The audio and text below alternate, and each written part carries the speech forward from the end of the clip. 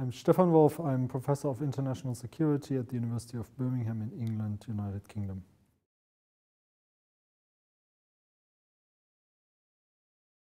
I think in my view it's two things. On the one hand, it's sort of an end, let's start again. I think pluralism is two things. On the one hand, it's a means to achieve a particular end, or rather a number of ends, and I would define these ends as peace, justice, and democracy. I realize that they all come with certain values attached to them, but by the same token, I would argue that pluralism in itself, it's an evaluative concept. The more we try to promote pluralism, we also subscribe to certain values that we think pluralism entails, and we do that because I think they achieve, in our view, certain desirable outcomes. On the other hand, I also think that pluralism is really, it's almost like a journey, you could say. It's a never-ending process. So it's not something that you establish at some point and then it's everything sort of peace and happiness afterwards, but it is something that constantly needs to be worked on, but that also changes over time. So what might have been a version of pluralism 100 years ago is something very different today, and it will probably be something rather different in 100 years from now.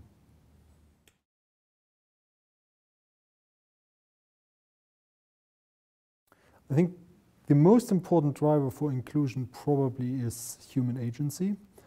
It's leadership.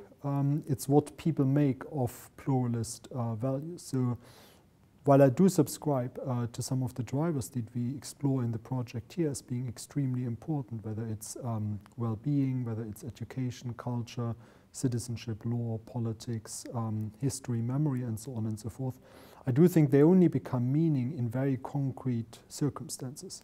So you can have perfectly good laws that serve a very positive purpose at one point in time, but these very same laws, constitutions for example, can be interpreted very differently by very different people.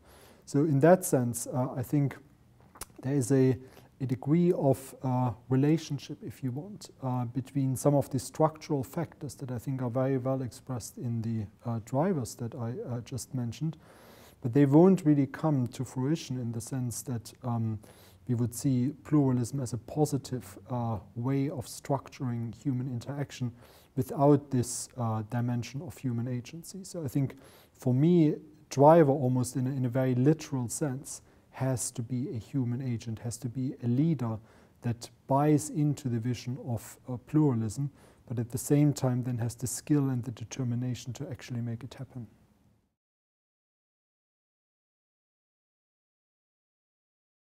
I think in that sense we are going back to the answer that I just gave you, in the sense that I think the major obstacle would be human agency.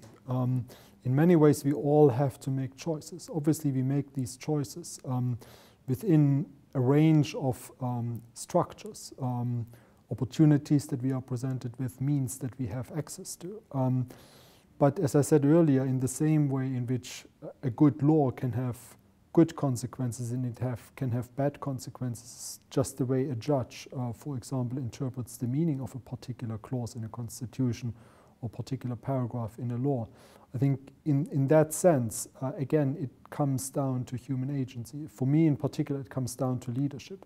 If you have good leaders, they can actually set the tone of a particular debate. They can show through their own personal commitment that it is worth striving for pluralism, that it is worth taking certain risks for pluralism. And that can set an example then for citizens who buy into that same kind of vision, then actually to be prepared to take certain risks and make things happen that otherwise would not happen.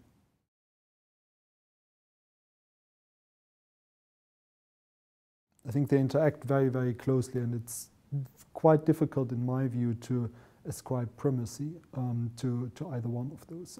Very often what we see is it's all very context dependent. So economic drivers in many ways can determine sort of the aspirations and the real opportunities that particular cultural groups have. But at the same time, we could argue that particular cultural groups will, because of their culture, make use or not use of particular opportunities, which will then translate or not translate into, for example, a degree of economic prosperity that then in turn will make these values that groups have, sort of turn them into incentives for younger generations to follow in a particular path. So I think from that perspective, we cannot really disconnect the cultural and the economic drivers. But by the same token, I think we shouldn't overemphasize that in a sense of being overly deterministic about cultural preconditions that either make it possible or impossible for different groups, for example, to live together peacefully. So, I mean, I do a lot of work on, in particular, ethnic conflict and conflict management. And one of the things that I found in my own work is that in the end, there are far fewer conflicts around the world than we would have if we followed a hypothesis that different ethnic groups simply cannot live together peacefully. So in that sense, it is again about choices that individuals make. But by the same token, I think there are also quite a lot of structural, very much context-specific factors that make it possible for groups to live together in greater or lesser harmony. And these, of course, very often are connected to levels of economic well-being. And it is not necessarily that the poorest societies have the most conflict or the richest societies are completely free of conflict. It's all, if you want, relative. So what do you compare yourself to? How do you see yourself sit at a local level? Do you think you're being treated fairly there? How do you compare nationally? How do you compare on a more global perspective? So in the way in which people then actually see their own group and themselves as individuals perform, I think that in many, many ways drives how they associate to other groups and to what extent they ascribe a certain responsibility, if you want, to those other groups for their own well-being or otherwise. And then, of course, how do they respond to that? And some groups respond to that in a more constructive way, both the ones that are seen as privileged and the ones that are being seen as underprivileged.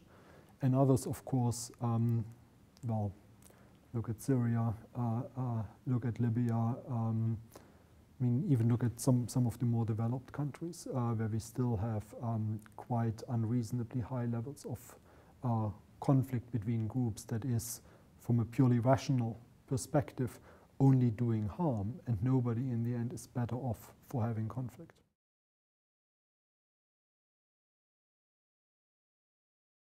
I think well-being is a very important element of, if you want, a structural predisposition towards inclusion. If you feel that as an individual and those in your closest social setting are actually doing well, to some extent I think you are more open to see others included, because you appreciate the value of having this state of well-being. By the same token, there is of course a danger that the more scarce the resources become on which this well-being is based, the more likely is it that you would actually do exactly the opposite and say it is more important for you to defend your own well-being rather than to extend sort of the well-being of all in the sense of a really truly public good to which everybody should have access. So I think in that sense there's always Goethe at some point put it in Faust, there are two souls living in my chest. So one soul, of course, in sort of that rather poetic sense, would want everybody to live well. But the other half of me would say, well, the price for everybody else living well should not be my own, my children's, my family's not living well. So I think in that sense there's a very careful balance that needs to be really managed in order to define what is well-being and how do we organize a society in such a way that everybody can live well. Not in the sense of sort of a completely egalitarian approach, sort of a forcible equalization of all, I grew up in East Germany, so I have a little bit of a personal memory of that. But by the same token, we should also not underestimate that one of the, I think the great injustices is not necessarily poverty as such, but it is in many cases an obscene gap between the rich and the poor.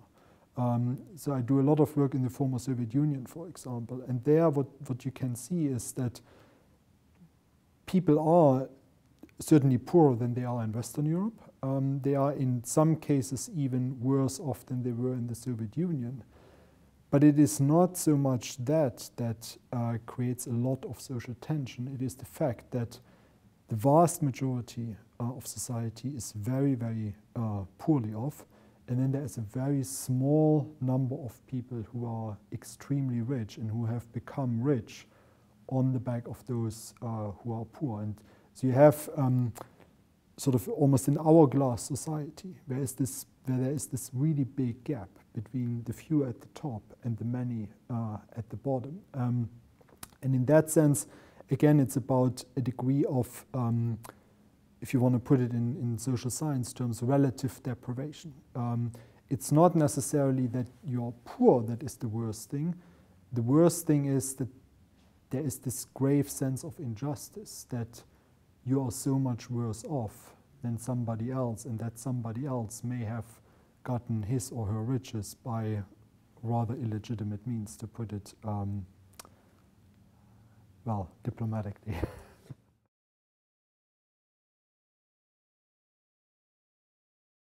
Is again sort of the point of sort of where we consider ourselves relative to others.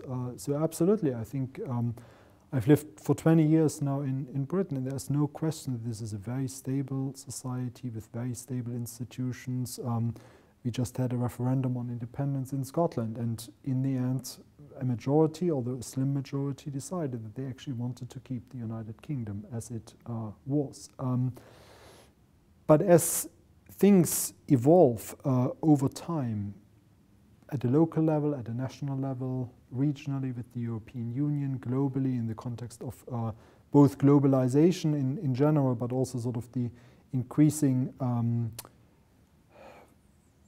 not diversity, but sort of the almost the pulling into different directions, the question of the transatlantic relationship and the European relationship. One of the problems that we have had in the United Kingdom is that there is a mismatch between the expectations that people have of their institutions, and in particular also of some of the welfare institutions that were created and that Britain in many ways is famous for, the National Health Service, for example. So the expectations that people have and the ability of these institutions to deliver on those expectations. So in that sense, there's a question here of resources also becoming more scarce, even though we are talking at a much higher level here. So it's not the kind of resource scarcity that you have in some of the poorest countries of sub-Saharan Africa, but it's a resource scarcity that is reflective of a state of development that can no longer keep up with ever-increasing expectations and therefore ever-increasing costs. So some of the problems that we now have in the United Kingdom, for example, in terms of very, very vicious debates over immigration, over minorities, over whether we should be part of the European Union or whether we should pull out. All of that, I think, is on the back that when some of these institutions were created 50, 100, 1,000 years ago, they were created at a very different, almost demographic level for which they could cater then, but for which they apparently cannot cater anymore now. And then we come back to that question that yes, everybody in the UK would probably accept that welfare is a very positive notion, but it should be welfare for us rather than them. And I think the us is increasingly narrowly defined, and the them becomes ever greater. And it may affect now labor migrants from Poland and Romania. Who knows, in 10 or 20 years it might affect people who have lived there for 3 or 4 generations, because they are simply not seen as what by then might be defined sort of a core group of the population that for some historical accident almost is seemingly entitled to the core provisions of the state, to which many, many others have contributed a lot of time, energy, resources. So I think the part of the problem here is, again, sort of this difficulty to see or to be able to accommodate more than yourself. So if we are really apparently very rational, economically thinking human beings, then, well, you always think of yourself and your family first. And the scarcer the resources become to cater for your needs, the more difficult it becomes to actually accept the rights and entitlements of others to that very same scarce resource. The part of the problem then also is that, I mean, these things change. I mean, the founding fathers of the US, at least some of them, one hears, were not exactly opposed to slavery, but that would be something totally unacceptable today. So I think our values to some extent have changed, but our ability to really not just talk the talk, but walk the walk becomes confined and becomes constrained because we hold on in some way to ideals, but we really are not able anymore to pay for them, but we are also not willing to adjust. So how much our own share should reduce for the benefit of others.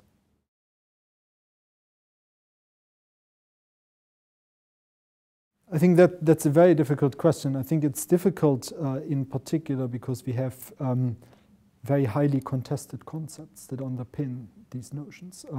So for example, there is the age-old debate over ethnic and civic nationalism. Ethnic nationalism bad, civic nationalism good. But you can look through history and you can find examples where actually ethnic nationalisms in many ways has paved the way towards more democratic institutions. So I think here of Germany at the times of the Napoleonic Wars. It was very much an ethnically, particularly linguistically driven nationalism, but this nationalism paved the way over time for a more democratic, in today's terminology, we might almost say pluralistic Germany to be established. Obviously, there were lapses in German history afterwards that do not testify to particularly deep appreciation of pluralism. But nonetheless, I think it's difficult to say that ethnic nationalism is always a bad thing. By the same token, you could make the argument that civic nationalism is not necessarily always good, because in many ways what it does, it clearly advantages a majority, because civic nationalism in that sense then very often becomes synonymous with a majority, however you conceive it, whether it's in terms of language, whether it's in terms of religion, whether it's in terms of culture. So France, for example, one of the primary models of a civic secular nation, well, I mean, French is the language of the Republic. So you don't speak French, you're not in that sense a proper citizen of the Republic, which of course has created lots and lots of problems over time. So I think, first of all, we have to very much see it in a context dependent way. On the other hand, I also think, and I think this is one of the key messages that I think the whole concept of pluralism has for us, is there needs to be space. There needs to be space for lots and lots of different ways in which people want to express their primary identity or their multiple identities or their hybrid identities or whatever it is. And all of that then, in my view, still needs to fit into an overall concept of a nation, not defined through its adherence with one particular language, religion, and so on and so forth, but rather almost sort of in this very prosaic way the European Union has put it, it's unity in diversity. So we are all different, but in being different, we are all the same, if you want.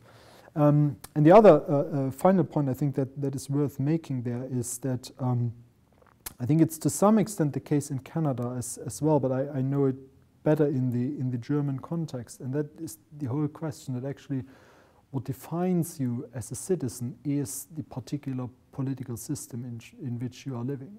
So in Germany, this is called constitutional patriotism. So after the Second World War and all the horrendous things that had happened because of Germany and that were committed by Germans, it was very difficult for Germans to develop a positive social identity of themselves based on either their language or their ethnicity or their history or whatever it was. So what they eventually then, and that was a multi-generational process, began to buy in was the idea that they had a really good constitution. Not really a constitution, it's called a basic law, but the idea was that actually you define yourself through the kind of institutions that sort of govern the relationships between different parts of society, between citizens and the state, and so on and so forth. And I think in some of the most successful democracies, you can see similar things. So the Westminster model, for example. I mean, if there's anything, I think, that really defines Britain, it would be the Westminster model. So you have the English, the Welsh, the Scottish, the people in Northern Ireland. But there is an overall sort of buy-in to the idea of the Westminster model. It's not dissimilar, I think, in the United States, for example. So there is also, I think, a degree of justified pride in the Constitution of the United States. And in many ways, you would say sometimes the amendments seem to be even more important than the actual Constitution. But I think in that sense, it's a way in which people of different ethnic, social, cultural, religious backgrounds can identify themselves with an overall vision of a state that again caters for all without distinguishing between whatever your age, gender, ethnicity, sexual orientation, or anything like that is. And I think that is, in my view, sort of a very powerful vision, but it is a vision that I think constantly needs to be resold, if you want. So it's not something that is just there and then for generations you have it. No, it needs to be constantly reiterated, it needs to be reaffirmed, it needs to be deeply embedded in the education system. It needs to be also seen through the actions of political leaders. So political leaders really should then, in that sense, live up to that vision rather than catering to the smallest common denominator or to the lunatic fringes of their own, or what they think are their own constituencies.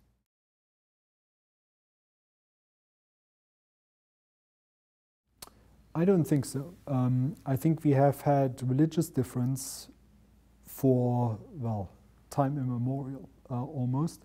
We have periods of intense tension, we have had periods of intense fighting between different religious groups, and we have had equally long, perhaps even longer periods in which religions have coexisted. And we have it not only between sort of the major world religions, but we also have it within them. I mean, look at the Sunni Shiite schism that you see emerge very, very rapidly and very, very viciously now across the entire Middle East and probably beyond. But at the same time, I mean, in Germany we had a period in the 19th century called the cultural struggle. Kulturkampf was very much fought between the Protestant North and the Catholic South. Not fought to the same extent that it is fought today between Sunnis and Shias in some parts of the world. But nonetheless, it actually had its own term. It's a particular period in German history around the unification of Germany in the second part of the 19th century. So I think from that perspective, first of all, there is nothing, I think, that is in that sense special about religion if you look at it over a long period of time. So religions can absolutely live together in harmony if they sort of mutually respect the fact that people believe in different ways of doing things and who to worship. By the same token, obviously, I mean, all religions have a degree of exclusivity to themselves. So they have a supreme truth, and there can only be one of those. But that in many ways is not different from other forms of identification. So you cannot be of two ethnicities. You can maybe be of mixed ethnicity if you have parents from different ethnic backgrounds. But I'm German by ethnicity, and no matter for how long I will have carried my British passport, I will always be ethnically German and not English, or if I move to Scotland, Scottish or something like that. So there is a degree of a similar exclusivity that you can't be of two religions, you can't be of two ethnicities. And with ethnicities, I think the exclusiveness is even stronger. You can convert from one religion to another, but I cannot convert from a German ethnicity to a British or any other kind of ethnicity. But then I think it also comes back to the question of choice. I mean, why do we have places where different ethnic, different religious groups live together in relative peace and harmony? And why do we have places where that does not seem to be possible? And I think this, again, is very much related to the choices that people make. Do they actively choose and work for peaceful coexistence, if you want, or do they actually promote personal agendas on the back of particular differences, and then these differences become exacerbated, and then these differences lead to violence? So there's nothing from that perspective that I would say is either special about religion or should make us fear religion or avoid religion. It's what we make of it, what we make of the things that are written in the various holy books.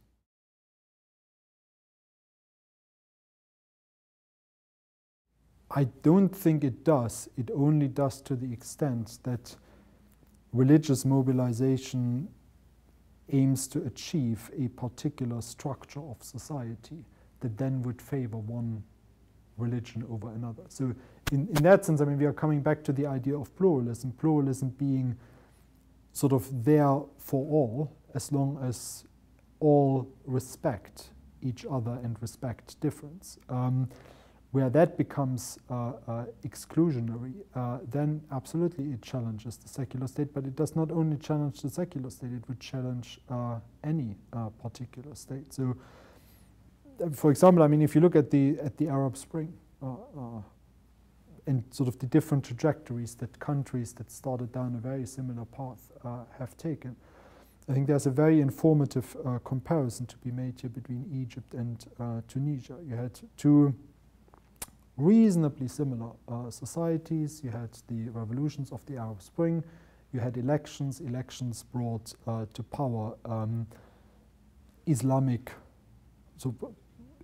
political movements. But then from there, it went into two totally different directions. So in Egypt, if you want, you had a very specific and deliberate entrenchment of the Muslim Brotherhood that basically was not able and or not willing to see that not everybody in Egyptian society embraced their vision of how the state should be structured. So their choice was to take an electoral victory and turn that not into something that could sort of recur after 4 or 5 years and give somebody else a chance, but really sort of to have one opportunity in a lifetime, and for many people that was the first election in which they could vote, and then cement a status